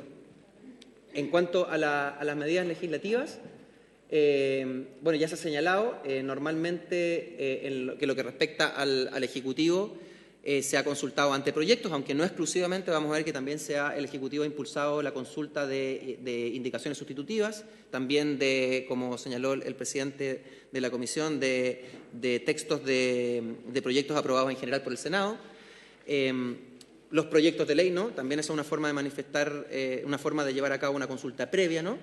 Y también las indicaciones, como ha señalado en el oficio de la Secretaría de Servicios Sociales, que ha señalado con claridad, ¿cierto?, que incluso el Tribunal Constitucional ha señalado que no hay una distinción entre el Poder Ejecutivo y el Poder Legislativo en materia de esta obligación de consulta previa. Y lo que le señalaba, ¿cierto?, respecto al carácter continuo, el relator Anaya, analizando el caso de Chile respecto de una reforma constitucional, pero señalando que no solamente la reforma constitucional, sino que todas las medidas legislativas en la consulta tienen que llevarse a cabo durante todo el proceso de producción normativa, ¿no? Lo que le agrega una complejidad enorme a esta obligación, ¿no? Y, por cierto, la consulta, el hecho que el Ejecutivo realiza una consulta no descarga al Legislativo de este proceso continuo, ¿no? De estar vigilante a si cambia, si modifica lo que fue consultado por el Ejecutivo de una manera significativa, de alguna manera tiene que continuar con ese diálogo. Los sujetos obligados a consultar está ya, creo que ya suficientemente aclarado por el resto de las exposiciones. Hay una obligación por parte del Congreso de consultar, que está ratificada por el Tribunal Constitucional, por la propia OIT, que es interesante señalar que la OIT ha aclarado que no bastan con las comisiones, con la audiencia en las comisiones, ¿no? En línea con esta idea de que es un diálogo y no simplemente escuchar. Finalmente vamos a la práctica legislativa, y con esto ya voy cerrando la presentación del informe de la biblioteca. Podemos ordenar en base a 3 criterios que recogimos de la jurisprudencia del Tribunal Constitucional colombiano, de manera de tratar de organizar la práctica legislativa que encontramos. Por una parte tenemos los proyectos dirigidos específicamente a indígenas, así por decir, por ejemplo, una modificación como la que se está proponiendo hoy día de la Ley de Desarrollo Indígena. Proyectos generales que contienen disposiciones específicas dirigidas a indígenas, como por ejemplo el proyecto que ha sido, como fue aprobado, ¿no es cierto?, por la Comisión de Recursos Hídricos, que contiene al menos 5 disposiciones específicas de pueblos indígenas, y proyectos generales que puedan afectar elementos esenciales para los indígenas. Esos 3 criterios vamos a evaluar. En proyectos dirigidos a indígenas tenemos 3. Esto puede no ser exhaustivo, pueden haber proyectos que hayan pasado por el Congreso y que haya habido discusión y que no estén en esta matriz, pero creemos que están los principales incorporados. Tenemos el proyecto de reforma constitucional de 2007, que, como les señalaba, ese es un caso en que no se consultó el proyecto de ley, básicamente porque el convenio 169 todavía no estaba suscrito, ¿no?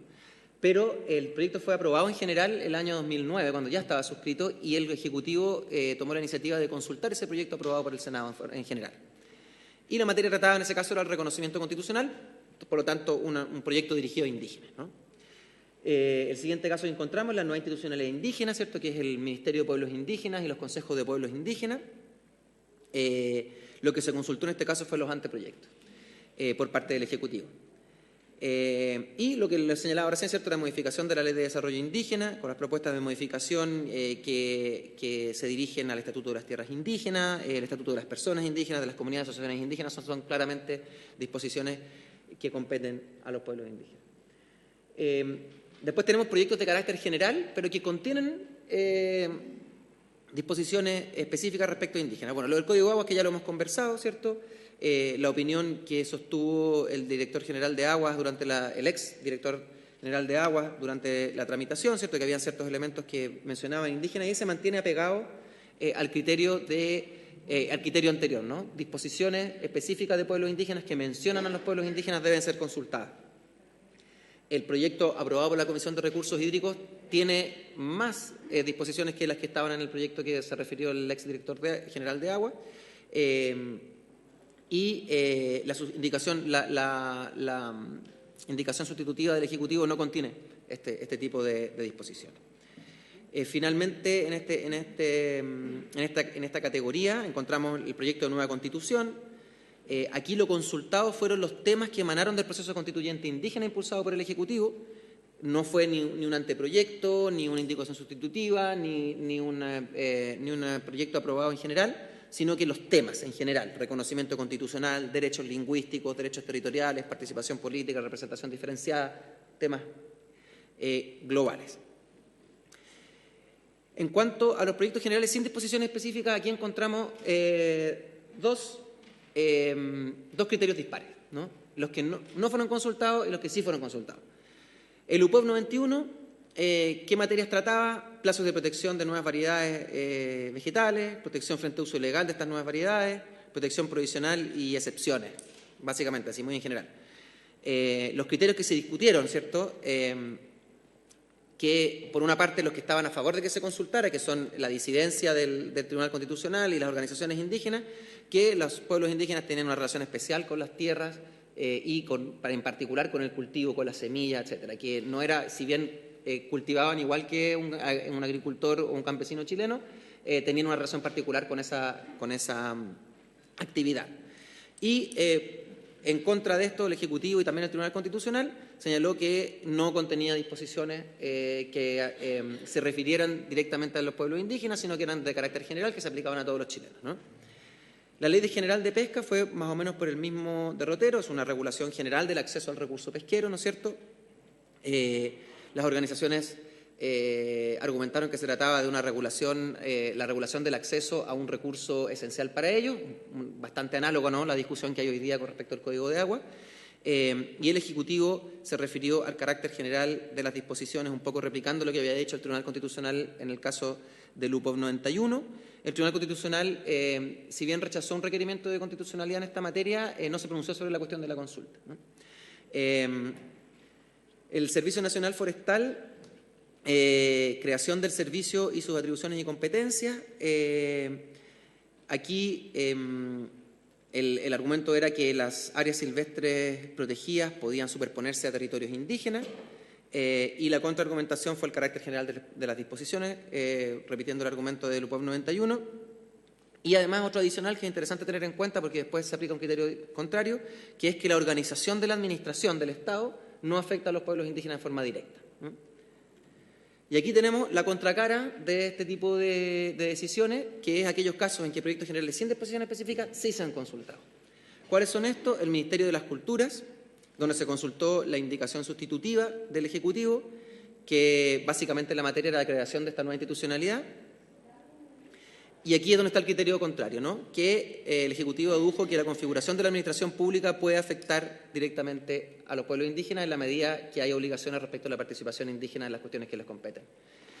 El Servicio de la Biodiversidad, aquí se consultó un borrador de indicación sustitutiva, ¿no?, para abrir el abanico de las cuestiones que se han consultado en la práctica legislativa y colegislativa, ¿no?, porque también abarca y principalmente, no, en realidad únicamente al Ejecutivo, porque hasta ahora ha sido el Ejecutivo únicamente el que ha impulsado procesos de consulta. Las materias que se trataban: sitios prioritarios, instrumentos de conservación económica. Y aquí es interesante porque en contraposición al Servicio Nacional Forestal se consideró por el Ejecutivo que las áreas silvestres protegidas podían superponerse a territorio indígena. Además se consideró la relevancia de las prácticas indígenas para la conservación de la biodiversidad, invocando para ello el Convenio para la Biodiversidad o la Convención de Río.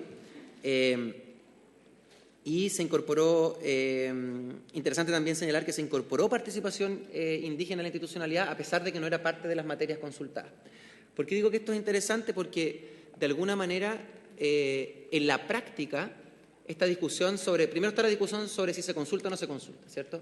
Una vez determinado que que es susceptible de afectación directa a la medida legislativa en este caso, se discute sobre qué consultar del proyecto. Pero en la práctica el proyecto es consultado entero en el sentido de que, por el deber de información y buena fe, tiene que ser parte de la documentación, así por ponerlo en términos bien pedestres, parte de la documentación que se entrega a las organizaciones es el proyecto completo, ¿no?, para poder comprender el alcance de las disposiciones que se consideran relevantes para los pueblos indígenas, ¿no? Entonces, en la práctica esa disyuntiva podría no ser tan relevante. Y en efecto, como señala este ejemplo, sucede que, aunque no fue consultado, surge de la consulta y después luego es recogido, ¿no? Hay práctica en ese sentido. Y finalmente la reforma constitucional de territorios especiales, que es la de 124 bis de la Constitución, que reconoció el carácter de territorio especial a la isla de Pascua y a Juan Fernández, y la posibilidad de restringir el derecho a la residencia en esas partes del territorio nacional. Y el criterio aquí fue consultar al pueblo maorí Rapa Nui, a pesar de que no había ninguna mención, era un proyecto general, porque se consideraba que la isla de Pascua era el territorio del pueblo maorí Rapa Nui. Y de esta manera podemos concluir que los proyectos dirigidos a indígenas se consultan, incluidos los favorables, a excepción, como les mencioné, ¿cierto?, del caso del pueblo afrochileno, que se consideró que de alguna manera uno puede intuir que se considera que se abrió una vía para que se expresara en caso de que no quisieran, ¿cierto? Se los escuchó en la comisión y no expresaron, todo lo contrario, estaban muy felices, entonces estaba salvado el artículo 4.2. Las disposiciones dirigidas a indígenas, hay una práctica consistente que cuando son disposiciones dirigidas a indígenas, ya sea en proyectos específicos o en proyectos generales, si hay disposiciones dirigidas a indígenas se consultan. Y respecto a las disposiciones generales, de proyectos generales que puedan afectar a pueblos indígenas, hay criterios dispares, como lo mostramos en las tablas recién, ¿no? En algunos casos se ha señalado que no procede y en otros casos se ha señalado que procede por la eventual afectación de ciertos elementos que son considerados esenciales. Bueno, muchas gracias por su atención. Gracias a ti por este. Vamos a pedir probablemente otro informe. Estábamos conversando para ver un poco el tema de legislación comparada, porque tú aquí nos haces un ejemplo de un país.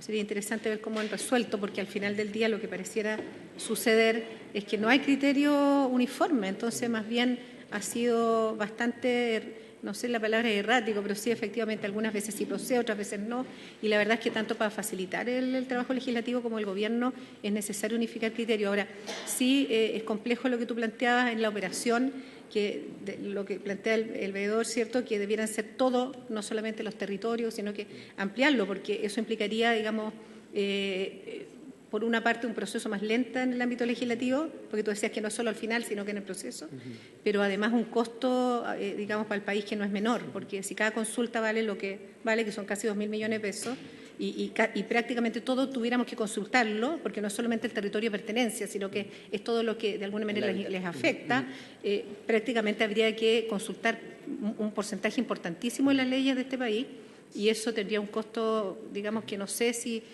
cómo se podría hacer en la operatoria. Solamente eso, porque creo que es un tema que hay que analizar, o sea, y armar un protocolo, creo yo, más claro todavía respecto al tema, porque esto va a ser una permanente consulta, una permanente confusión, el que no tengamos la situación clara. Y perdone que sea tan directa con el tema de los recursos, pero es un país que tiene demasiadas deficiencias como para no hacernos cargo también del costo que esto implica.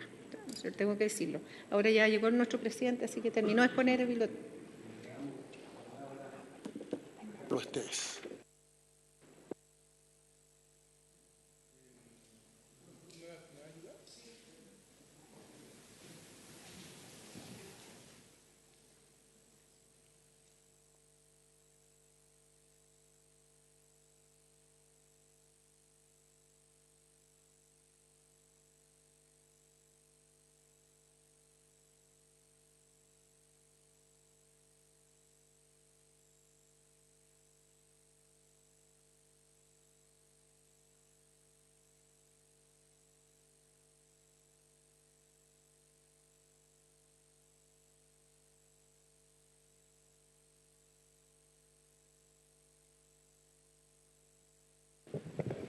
De nuevo. No sé si es buenas tardes ya. Sí, supongo que sí. Buenas tardes. Deben ser como la 1. Buenas tardes, miembros de la comisión, senadores, senadoras, señor presidente, y a los miembros representantes del Ejecutivo, y si eventualmente hay del Consejo de los Pueblos presente también. Yo creo que hay muchas preguntas. Una de ellas es qué debe ser objeto de consulta. Ya se ha discutido algo de eso, que no es lo mismo de cómo debe hacerse una consulta.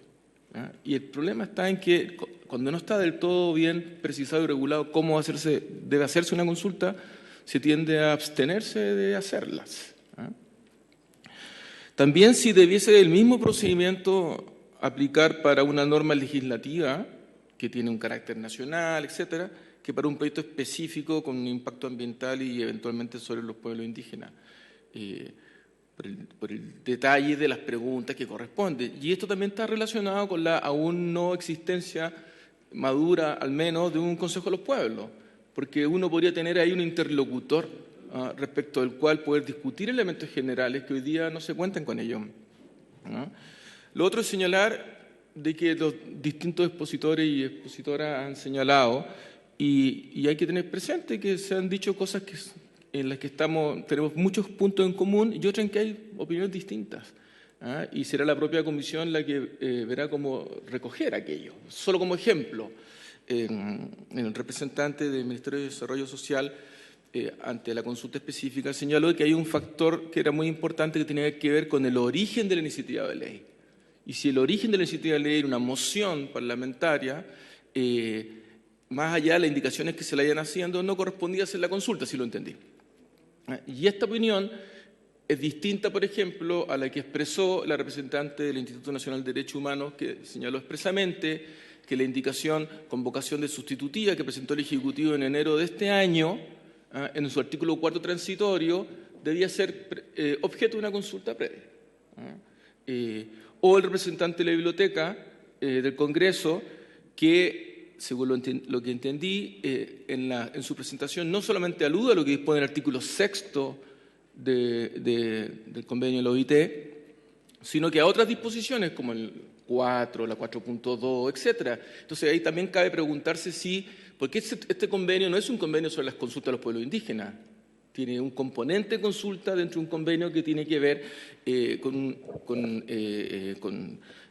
los pueblos tribales que son partes de países independientes, etcétera. Hay varias preguntas entonces sobre la mesa. Ahora, en cuanto a lo que es mi presentación, ya estamos, ¿cierto? Lo primero, los elementos se han señalado. De parte de lo que fue mi rol como director, agrego que hubo un oficio 3900 del año 2014 de la Secretaría de Servicios Sociales y un ordinario, que fue el 964 del mismo año, de la Dirección de Obras Públicas del Ministerio de Obras Públicas, consultando sobre la pertinencia de algunas normas específicas. En cuanto a, si pasamos, algunos antecedentes a tener a la vista, lo importante es que de la perspectiva de indicaciones está la indicación que presentó el Ejecutivo en octubre del 2014, pero hay muchas otras indicaciones. 6 de enero del 2015, 6 de julio del 2015, 8 de septiembre del 2015, 6 de septiembre del 2016, 12 de abril del 2017 y recientemente el 30 de enero de 2019. En cuanto al marco regulatorio, el convenio 169 de la OIT sobre pueblos indígenas y tribales establece en su artículo primero a quiénes aplica y dice a los pueblos tribales en países independientes. Me fui un poco más rápido que tú.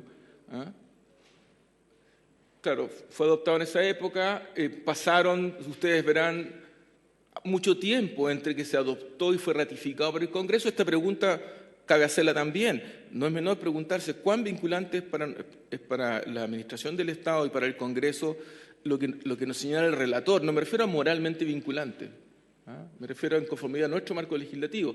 Según, al parecer, el propio Congreso de la República y nuestro sistema legal, el propio convenio de la OIT, requirió un periodo de ratificación. Entonces, ¿corresponde o no para que aplique lo dispuesto, por ejemplo, por el relator, que existen o no existen estos reglamentos? Son preguntas que hay que hacer. Hay un mandato para bajar aquello a la reglamentación apropiada, y yo en lo personal creo que debiese hacerse. Pero son preguntas que en lo formal nos llevan a una conclusión que puede ser muy estrecha respecto a la implementación o no de la consulta previa en los casos que estamos discutiendo. Pasando a la próxima lámina, señalábamos entonces que en su primer artículo el convenio establece que se aplica a los pueblos tribales en países independientes cuyas condiciones sociales, culturales y económicas les distingan de otros sectores de la colectividad nacional. Tiene que haber una identidad. Y además, que estén regidos total o parcialmente por sus propias costumbres o tradiciones o por una legislación especial, lo que ya en sí puede ser objeto de una importante discusión respecto a los distintos grupos, pueblos o comunidades. Además, a los pueblos considerados indígenas deben estos descender de poblaciones que habitaban en el país o en una región geográfica a la que se pertenecía en la época de la conquista o colonización, y cualquiera que sea su situación jurídica deben conservar, dice, todas sus instituciones sociales, económicas, culturales y políticas o parte de ellas. En el caso chileno muchas veces hay una obligación también legal y moral de restituir tradiciones que en parte hemos ayudado a que se olviden. No es fácil esta implementación, es mi opinión. Continuando sobre el artículo 6º, que es el que se refiere a la consulta propiamente tal, dice que al aplicar las disposiciones de este convenio, es verdad, dicen los gobiernos, yo creo que el espíritu debe ser los estados, comparto lo que se señaló, deberán consultar a los pueblos interesados, dice, mediante procedimientos apropiados y en particular a través de sus instituciones representativas, que está relacionado con el debate, entre otras cosas, sobre el Consejo de los Pueblos, cada vez que se prevean medidas legislativas o administrativas susceptibles de afectarles directamente. Y agrega que, a su vez, deberán establecer los medios a través de los cuales los pueblos interesados puedan participar libremente, por lo menos en la misma medida que otros sectores de la población, etc. Creo yo que se podría argumentar de que en el literal B, que es distinto de las comisiones que han recibido a distintas comunidades indígenas en la discusión del proyecto de ley estarían eventualmente dando un trato al menos similar. Y se establece también que se deben establecer los medios para el pleno desarrollo de las instituciones e iniciativas de estos pueblos y proporcionar los recursos necesarios para este fin. Aquí hay un mandato implícito, a mi juicio, es mi opinión personal, afortunadamente no represento a nadie, de que el Senado y la Cámara de Diputados debiesen tener su reglamento. Y esto es una discusión que viene de larga data. Esto yo, en lo personal, lo dije a su vez siendo director por escrito a los presidentes de ambas ramas, en su oportunidad, respecto a la discusión de este proyecto de ley. Si avanzamos entonces, el artículo 6º señala que las consultas llevadas a cabo en aplicación de este convenio deberán efectuarse de buena fe, ya lo señaló el representante de la Biblioteca del Congreso, y de una manera apropiada a las circunstancias, con la finalidad de llegar a un acuerdo o lograr el consentimiento acerca de las medidas propuestas. Respecto al decreto 66 del 4 de marzo de 2014 del Ministerio de Desarrollo Social, en su artículo 2 establece que la consulta es un deber de los órganos de la Administración del Estado y un derecho de los pueblos indígenas susceptibles de ser afectados directamente por la adopción de medidas legislativas administrativas. Uno cabe preguntarse, ¿qué pasa cuando hay una brecha entre el deber y el derecho? O sea, ¿y cómo se reacciona ante esa brecha? Y en mi opinión aquí hay una brecha. Toda vez que el deber probablemente es más estrecho que la necesidad. Y además porque estamos hablando de un poder del Estado, habiendo otros poderes del Estado. Pero el propio artículo 2 señala que se materializa a través de un procedimiento apropiado y de buena fe, con la finalidad de llegar a un acuerdo o lograr el consentimiento, etc. Y luego se establece en el artículo 4 que los órganos a los que se aplica el reglamento del Ejecutivo es a los ministerios, las intendencias, los gobiernos regionales, las gobernaciones y los servicios públicos. Y luego señala a su vez que respecto de los órganos constitucionalmente autónomos, una interpretación probable que se refiere, por ejemplo, a la superintendencia, en este caso, no sé, de servicios sanitarios u otras, pero respecto a los órganos constitucionalmente autónomos, es facultativo de ellos sujetarse a la disposición del presente reglamento. La Cámara o el Senado podrían eventualmente, en términos voluntarios, decir, mira, no hay tiempo, no hay recursos para dictar un reglamento, pero podrían decir, ¿sabe qué? Es nuestro deseo, con esta modificación, con este artículo quizás distinto, es que nos apliquen las normas o los artículos tanto y tanto y tanto del reglamento. Es una disposición que podría aplicar, a mi juicio, en su soberanía cualquiera de las dos ramas del Congreso. Señala también en el artículo 7º de este decreto, que se refiere a las medidas susceptibles de afectar directamente a los pueblos indígenas, que deberán consultar a los pueblos indígenas cada vez que se prevean medidas administrativas o legislativas susceptibles de afectarles directamente. Y aquí hay una discusión no menor. que es una medida susceptible de afectarle directamente. No está diciendo que les afecte directamente. No está diciendo que sea susceptible de hacerlo. Y dice que son medidas legislativas susceptibles de afectarle directamente los anteproyectos de ley y de reforma constitucional que se inician por el presidente de la República cuando sean causa directa de un impacto significativo y específico sobre los pueblos indígenas en su calidad de tales, afectando el ejercicio de sus tradiciones y costumbres ancestrales, prácticas religiosas, culturales o espirituales o la relación con sus tierras indígenas. De la lectura de este texto, uno podría interpretar que se requiere entonces que para que sea causa directa tiene que haber un impacto significativo, este impacto debe ser específico, es decir, respecto al pueblo indígena en su calidad de tales, y que debe afectar sus tradiciones y costumbres ancestrales, etc. Esto está probablemente pensándose en un juicio. Es decir, ¿se cumple o no se cumplen con cada uno de estos datos que se plantean para que sea obligatorio implementarlo? En el artículo 11 habla de carácter previo a la consulta, ya se refirieron a ello, que se hace con la debida antelación, está hablando de la consulta que realiza el Ejecutivo, y señala que en el caso de las medidas legislativas se deberá realizar antes del envío al Congreso el mensaje del Presidente de la República. Esto es lo que dice el reglamento. En consecuencia, realizar una consulta después de aquello, uno podría decir, no es reglamentario, pero quizás sí corresponde al espíritu del convenio. ¿Qué se hace al respecto?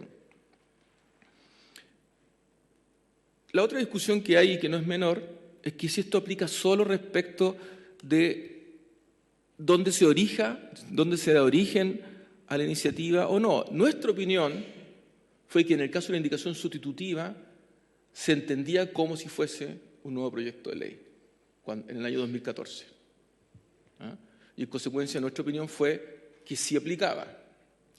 Y en consecuencia se hizo una consulta de pertinencia. Había un conjunto de articulados en la iniciativa de ley y a nuestro juicio habían 3 que cumplían con los requisitos aquí señalados, que afectaban directamente, etc. Y sobre esos 3 artículos, la subsecretaría correspondiente al Ministerio de Desarrollo Social nos dijo que a su juicio sí tenía una relación sí afectarían y sí tendría que haber una consulta. Ante aquello, la Secretaría General de la Presidencia, el Ministerio, nos señaló la conveniencia de separar el proyecto en 2 iniciativas. Nunca se envió la segunda iniciativa, la iniciativa con las 3 disposiciones separadas. Y en consecuencia se envió un proyecto que en lo formal, desde la perspectiva del Ejecutivo y con la opinión técnica que había dado el Ministerio de Desarrollo Social, no aplicaba la consulta indígena en estas disposiciones. Eso fue, en resumen, lo que ocurrió. Ya señalamos entonces que hay un conjunto de medidas específicas al respecto, cuando sería consultable. Luego, creo que es importante para la Comisión determinar qué disposiciones pueden o podrían haber sido objeto de consulta, que es lo que estamos hoy.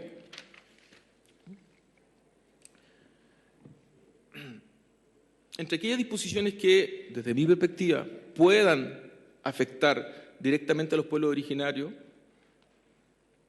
cabría señalar, primero, el artículo 5º, inciso 6º.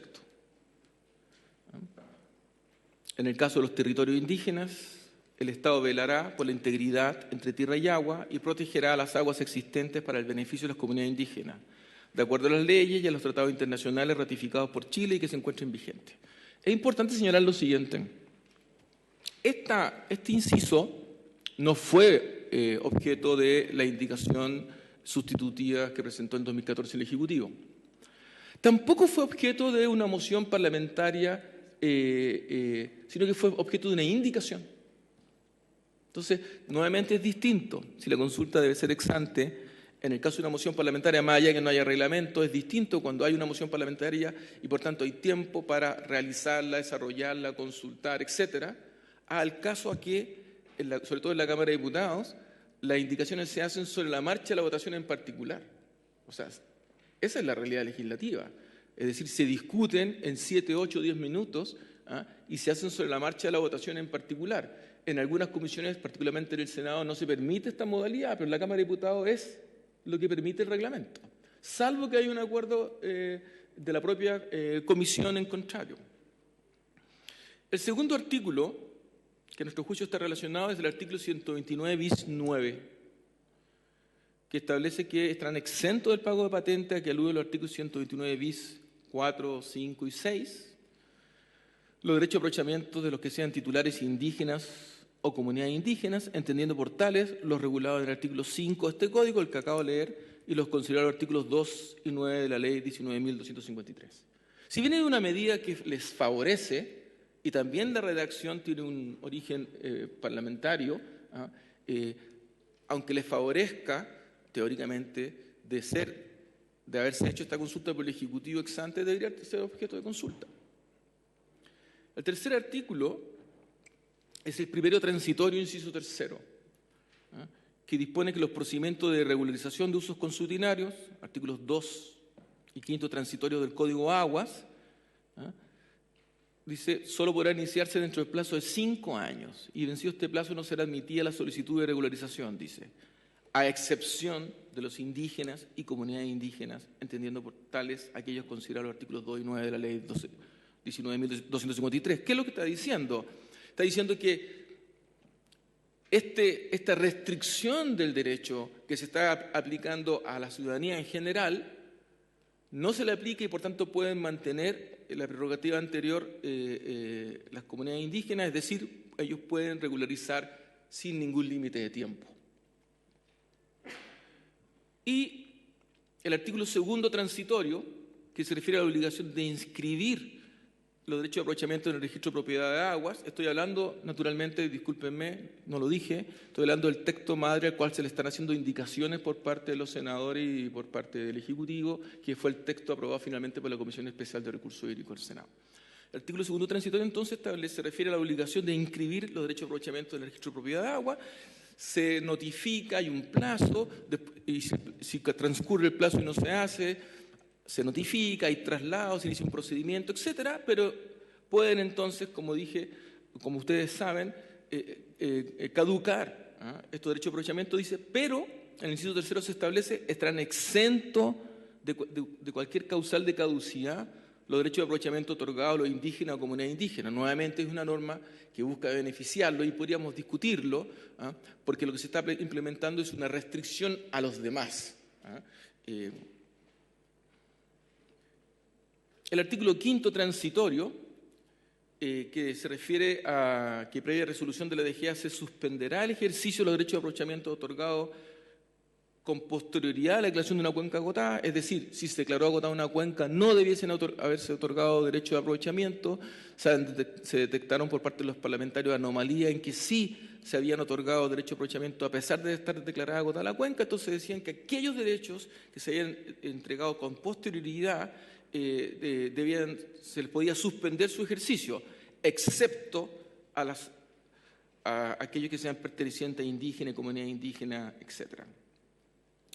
Y ya cerrando, a mi juicio, ¿qué corresponde realizar? Primero, determinar si estas disposiciones, las que acabamos de ver, afectan o pueden afectar directamente a los pueblos originarios. Ese ejercicio, y luego ver cuál es el origen de la disposición. ¿Qué de esto es moción parlamentaria? ¿Qué de esto es un mensaje presidencial? Toda vez que las disposiciones del proyecto de ley tienen un origen híbrido, y es un ejercicio que corresponde hacer, que probablemente la Secretaría puede hacer. ¿Cuál es cuál? ¿Y de dónde proviene aquello? Y conforme a ello, ¿cuál es la obligación según el marco normativo vigente? Agregar también que formalmente el Ejecutivo planteó, el ministro de Obras Públicas y este director general, entonces director general, en la Comisión de Recursos Hídricos y en la Comisión de Agricultura de la Cámara de Diputados, y si no me equivoco quizás también la Comisión Especial de Recursos Hídricos del Senado, lo que acabo de señalar, es decir, que las indicaciones que presentó el Ejecutivo estaban destinadas a afectar a la población en general sin perjuicio que en un proceso cualquiera de consulta sobre 3, 4 o 5 disposiciones específicas de corresponder, lo lógico siempre es consultar por el contexto en que se encuentran. Fue consultado formalmente, tal como se señala allí, y yo ya señalé cuáles fueron las respuestas específicas, y los textos que se consultaron son los que vienen ahora. Primero se consultó esta indicación: los derechos de aprovechamiento de agua ubicados en territorios indígenas para beneficio de sus comunidades y destinados para sus usos ancestrales no podrán ser enajenados, no podrán ser embargados, grabados ni adquiridos por prescripción, salvo entre comunidades o personas indígenas de una misma etnia, debiendo mantener dicho uso. Este texto no existe hoy día en el texto del cuerpo legislativo que estamos discutiendo, y se nos dijo que debía ser objeto de una consulta previa. Y también aquel que buscaba defender aquellos usos ancestrales de las personas de las comunidades indígenas respecto del proceso anterior. Si pasamos a la próxima lámina,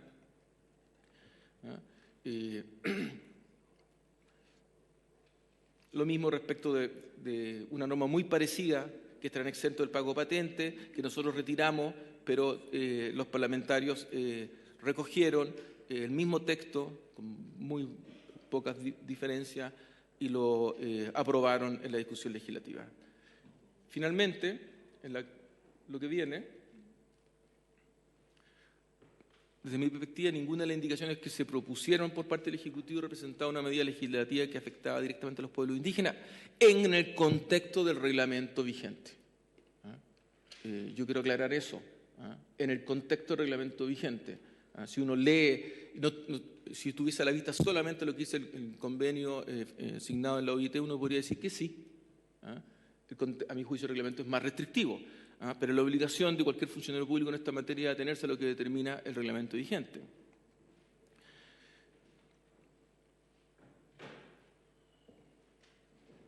En cuanto a reflexiones finales,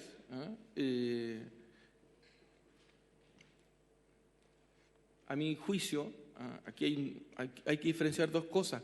¿Qué es lo que corresponde hacer respecto a este proyecto en particular y qué es lo que corresponde hacer respecto al fondo de la discusión? Entonces, respecto a este proyecto en particular, yo ya di cuáles pueden ser mis propias ideas. O sea, a mi juicio, lo que primero corresponde es recoger de los artículos que han sido señalados por distintos actores aquí presentes, incluyendo el artículo 4 transitorio que propone el Ejecutivo en la indicación del 2019, que señaló el Instituto Nacional de Derechos Humanos, tener a la vista estos artículos y ver cuál es el origen de ellos, y ver aquí si corresponde o no corresponde hacer una eventual indicación. Pero hay que agregar lo siguiente: por decisión del propio Senado y por la disposición del reglamento del Senado, la indicación sustitutiva del Ejecutivo dejó de serlo. Y en consecuencia, lo que se propone en el artículo 4 transitorio es una propuesta de indicación que va a ser votada por los senadores y senadoras en su momento determinado. Pero hay un tema más de fondo, y es ¿qué pasa con aquella relación en que hay interacción entre el Ejecutivo y el Legislativo? Porque constitucionalmente el Ejecutivo es colegislador, y esto está mal resuelto. No existe en la ley de presupuesto un fondo para las consultas indígenas. Cada ministerio de repartición debe hacerse cargo de su propia consulta, y esto aplica para un proyecto, para un puente, etcétera. Para una ley que la firma el ministro de Obras Públicas, el ministro de Hacienda, el ministro de Justicia, el ministro de Medio Ambiente, el presidente de la República, esto es transversal, debiese haber una glosa. Pero eso ya está fuera de la discusión del proyecto específico del boletín 7543-12, y por tanto, si les parece, dejo hasta aquí mis reflexiones. Muchas gracias.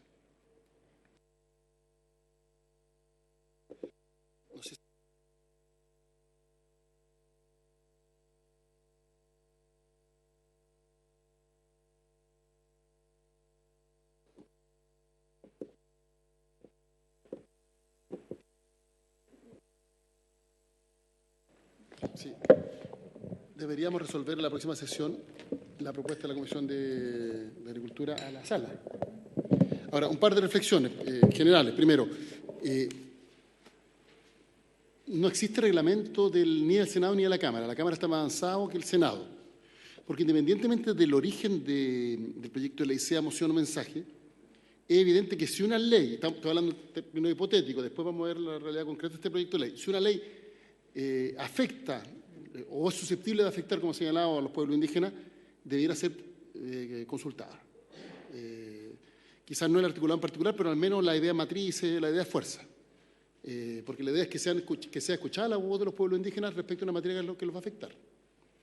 Y es evidente que existe un reglamento que rige para los órganos de la Administración del Estado, pero esto no está regulado respecto de ninguna de las dos ramas del Congreso Nacional. La Cámara está más avanzada porque tiene un proyecto que ha sido aprobado o está siendo aprobado por la Comisión de Derechos Humanos y deberá pasar a sala. Y en el Senado no existe nada. Eso es lo primero. Lo segundo, si el Congreso Nacional va a hacer una consulta, la consulta debería hacerse por la Cámara de origen. Ya estamos en segundo trámite constitucional. Esto no quiere decir que vayamos a evadir la consulta si hay que hacerlo, porque una cosa que está mal hecha, no porque está mal hecha la vamos a seguir haciendo mal. Si hay que corregirlo, vamos a corregir. Pero es evidente que el proceso de consulta debería hacerlo la Cámara de origen, porque la consulta es para escuchar. Si bien no tiene carácter vinculante, la idea es escuchar antes de decidir. Y, por tanto, en el primer trámite constitucional se debería realizar ese proceso. O debió haberse realizado si esta materia correspondía a ser consultada. Lo tercero, que lo que deseamos aquí va a sentar un precedente para el futuro, porque, obviamente, independientemente de que resolvamos favorablemente o no respecto al mérito específico del proyecto, es evidente que el Congreso Nacional esto no lo tiene ni regulado ni lo tiene resuelto, y además hay un gasto, hay una necesidad presupuestaria que tampoco está resuelto satisfactoriamente y que debe ser parte de lo que debe debatirse posteriormente. Estamos ya en la hora, entonces vamos en la próxima sesión deberíamos ya ir adoptando una decisión. En el caso del Instituto de Derechos Humanos no nos hicieron llegar por escrito su presentación. ¿Es posible que nos puedan hacer llegar una minuta con las ideas fuerzas que plantearon para tenerla en consideración para efecto de la decisión que vamos a tomar en la próxima sesión? No sé si algún senador quiere hacer algún comentario. No, a mí me gustaría pedir, si es posible, que a propósito de esta discusión pudiera en la próxima sesión, independiente que ya hay una claridad respecto a que vamos a tomar una decisión, pudiera llegar alguna minuta del Ejecutivo respecto a lo que se ha escuchado aquí, porque evidentemente permite poder precisar un poquito más la opinión del Ejecutivo. Eso. Yo creo que lo más importante es todas aquellas minutas que digan relación con si las materias específicas digamos, consideradas en el proyecto son susceptibles de afectar. Eso es bien importante. Bueno, hubo presentación aquí que señalan en un sentido positivo, pero sería bueno tener a la vista esos argumentos, porque es lo que debiera ser determinante para efectos de resolver si es que se va a proceder o no a la consulta. ¿Ya? Bueno, habiéndose cumplido la sesión, el objetivo por el cual fue citada la sesión se levanta.